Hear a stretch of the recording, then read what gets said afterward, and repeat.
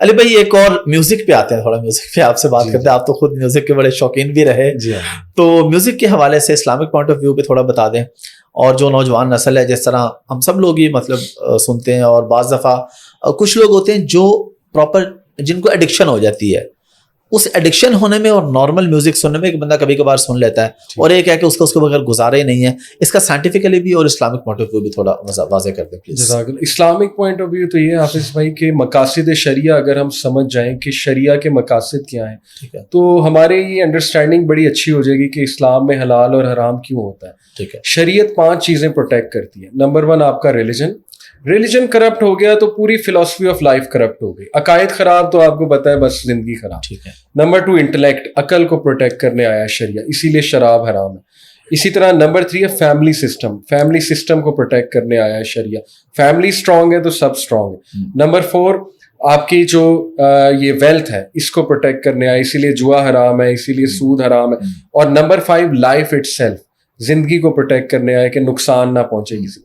Music کو اگر آپ دیکھیں حافظ بھائی تو تھرو آؤٹ ہسٹری اس کے نقصانات زیادہ رہے, فائدے بھی ہوں گے, ہم نہیں انکار کرتے. دیکھیں شراب کے بھی کچھ فائدے ہیں, وہ تو قرآن میں ہے, لیکن نقصانات زیادہ ہیں. تو سیم گوز فار میوزک. دیکھیں music industry through out history گناہوں کے ساتھ منسلک رہی ہے. اسپیشلی آج کے گانے اگر آپ سنیں, ان میں عقیدہ کی کرپشن ہو رہی ہے.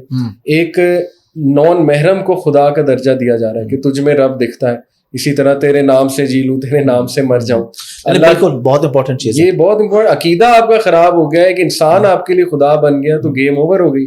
اللہ نے تو آزاد پیدا کیا انسان کو, تو اس سے آپ کا ریلیجن خراب ہو رہا ہے. اس کے بعد آپ کی انٹلیکٹ خراب ہو رہی ہے. ٹیکنو میوزک کے جو افیکٹس ہیں برین کے اوپر, ٹیکنو پہ ریسرچز ہیں اس لیے ٹیکنو کہہ رہا ہوں, ورنہ گٹار اور باقی چیزیں یہ وہی برین کے ایریاز کو ایکٹیو کرتے ہیں جو پلیجر کا سرکٹ ڈرگز کا ہے. سیم سرکٹری ہے ہمارے برین میں. تو ڈرگ کا افیکٹ ہوتا ہے ایڈکٹیو. اسی لیے میوزک کیا کرتا ہے کہ جب آپ اسے سن رہے ہیں تو آپ کا ڈوپامین ہائی جاتا ہے جو کیمیکل ہے. ٹھیک ہے. اس کے بعد جب آپ میوزک بند کر دیتے ہیں وہ گراف نیچے گرتا ہے, تھریش ہولڈ سے نیچے آ جاتا ہے. آپ ایک دم ایمٹی فیل کرتے ہیں, بہت زیادہ نا آپ کیا اسے کہوں گا میں, ایمٹینس اور ڈیزولوٹ فیلنگ, یعنی بندہ کہتا ہے کہ یار میں ڈپریس ہوں, ایک دم موڈ آف ہو جاتا ہے بندے کا, پھر اسے وہی ڈوپامین کی ویلیو دوبارہ چاہیے. تو میوزک کا سیم ڈرگ والا افیکٹ ہے. جیسے ایک چرسی کو, sorry to use this word, بار بار جو ہے نا وہ چیز چاہیے ہوگی. اسی طرح میں سمجھتا ہوں کہ جب ہم میوزک کے ایڈکٹ ہوئے تو ہمیں بار بار وہ ٹیونز چاہیے, پھر رات کو وہ ٹیونز ہمارے دماغ میں بجیں گی, پھر ایون نماز پڑھتے ہوئے بجیں گی, ہر وقت اس نے ہمیں گھیرا ہوگا. بالکل. اور اسی لیے ابن القیم نے کہا تھا, ایک بہت بڑے اسکالر ہیں, کہ میوزک اور قرآن ایک دل میں نہیں رہ سکتے, one will expel the other. اور یہ تجربہ ہے میرا حافظ بھائی, یقین کریں میں I am yet to meet a person جو میوزک بھی بہت سنتا ہے اور قرآن بھی بہت پڑھتا ہے. ہو نہیں سکتا, ناٹ پاسبل. ٹھیک ہے, تو اس لیے ایکسپیل کرنے سے مراد ہے محبت ایکسپیل ہو جائے گی, یا قرآن کی محبت ایکسپیل ہو جائے گی, یا قرآن پڑھنے سے میوزک کی محبت جو ہے وہ آپ کے دل سے نکل جائے گی. اس لیے اس کے نقصانات میں سمجھتا ہوں زیادہ ہے.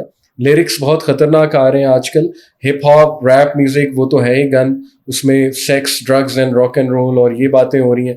انڈین میوزک کی بات کریں, اس میں آج کل جو وہ عورت کو ایز اے لالی پاپ دکھا رہے ہیں, sorry to use this word, اور آئی کینڈی دکھا رہے ہیں, سارا کانسیپٹ عورتوں کا خراب کر رہے ہیں. ہر جگہ عورت کو شو پیس بنایا ہوا ہے, گاڑی کے ساتھ کھڑا کیا ہے, پیچھے نچا رہے ہیں. تو دیکھیں نا نقصانات کتنے زیادہ ہیں. اس لیے بہتر ہے اس کو اوائڈ کیا جائے اور ذرا نچلے درجے پہ آ جایا جائے. آپ نشید سن لیں, آپ اچھے ووکلز سن لیں, اچھے ووکلز میں کوئی حرج نہیں ہے. بہت اب تو بہت آلٹرنیٹ, بالکل اب تو بہت سارے آپشنز موجود ہیں. میرا پلان ہوتا ہے کہ اس سوال کے بعد پوڈ کاسٹ کا اینڈ کریں, لیکن اس میں سے کوئی ایک لفظ نکل آتا ہے تو میرا نیا سوال نکل آتا ہے. آپ نے ڈرگ کی ابھی بات کی, تو آپ یقیناً اس پہ بھی کام کر رہے ہوں گے. آپ کیا دیکھتے ہیں کہ ہماری نوجوان نسل میں آپ نے اس کی کیا پرسنٹیج پائی ہے, اور آپ کس حد تک کامیاب ہوئے؟ کیونکہ ہم بہت سنتے ہیں کہ کالجز میں, یونیورسٹیز میں اب ڈرگس بہت نارمل ہیں, بڑے آرام سے ڈیلیور ہو جاتی ہیں. تو کتنے لوگوں کو ابھی تک آپ کیا پرسنٹیج دیکھ رہے ہیں, اور اگر آپ نے کسی کو نکالا ہے تو نکالنے میں کتنا ٹائم لگا آپ کو؟ اس قسم کے کیسز ہم یوزلی لیتے نہیں کیونکہ بڑا سیریس کیس ہوتا ہے. اس قسم کے کیسز کو ہم ریہیبلیٹیشن سینٹر کی طرف, ہمارے کافی ریہیبلیٹیشن سے واقفیت ہے, یا سائیکیٹرسٹ کی طرف بھیج دیتے ہیں. لیکن کچھ ہوتے ہیں نارمل کیسز کے, ابھی شروع ہی کیا ہوتا ہے انہوں نے, تو ماشاءاللہ روحانیت بہت ان کی مدد کرتی ہے. ایک پرپز آف لائف اور میننگ ان لائف, بامقصد زندگی جب انہیں بتائی جاتی ہے, ان کو ان کی ذمہ داریوں کا احساس دلایا جاتا ہے, تو کافیوں کا کانشیس جاگ جاتا ہے اور وہ نکل بھی آتے ہیں اس چیز سے الحمدللہ. لیکن کچھ بہت ایکسٹریم پہ انفارچونیٹلی جا چکے ہوتے ہیں, ان کے لیے ریہیبلیٹیشن سینٹر انفارچونیٹلی پھر وہاں جانا پڑتا ہے. لیکن یہ کامن ہے بہت حافظ بھائی, لڑکیوں میں بہت کامن ہے. یہ بہت شاکنگ ایک چیز ہے. اچھا, اگر ہم پرسنٹیج دیکھیں تو لڑکیاں زیادہ ہیں ڈرگس میں؟ میں نے سنا ہے ایسا, میرے پاس ایگزیکٹ کوئی اسٹیٹسٹک نہیں ہے, لیکن میرے علم کے مطابق لڑکیوں میں زیادہ ہے, کیونکہ بریک اپس ہوتے ہیں, پھر ظاہر ہے کہ وہ لڑکیاں ایموشنل ہوتی ہیں, تو وہ اس طرف جانے کے چانسز ان کے زیادہ ہوتے ہیں.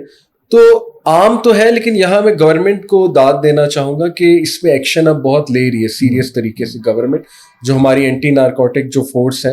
اس کے علاوہ باقی جو اس سے منسلک باڈیز ہیں ہمارے پاس بھی آتے ہیں, کانفرنسز ہو رہی ہیں, کیمپینز چل رہی ہیں, اس پہ کافی بات ہو رہی ہے. تو قابل تحسین بات ہے, اچھی بات ہے گورنمنٹ نے اس کو ریئلائز کیا, کیونکہ گورنمنٹ ہی اس کو بند کر سکتی. جی بالکل, یہ ان کو روکنا پڑے گا, اس چیز کو دیکھنا پڑے گا, تو اچھی بات ہے.